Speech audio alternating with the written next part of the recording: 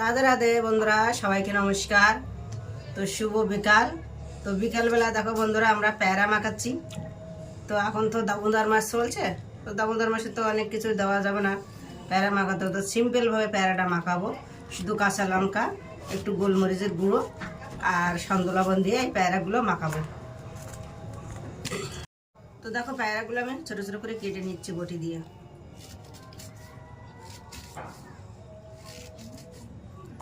এভাবে ছোটো ছোটো করে কেটে নিলাম।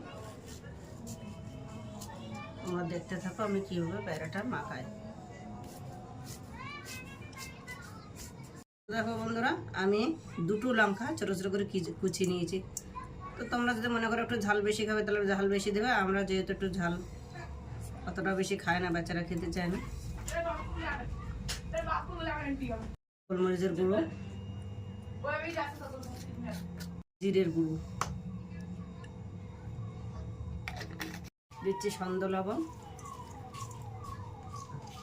এটা ধরে আমি ঝাঁকিয়ে নেব।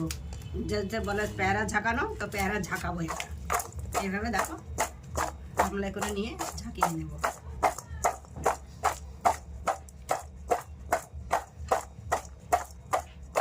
দেখো প্যারাটা মাখানো হয়ে গেছে। এবার আমরা সবাই খেতে বসবো।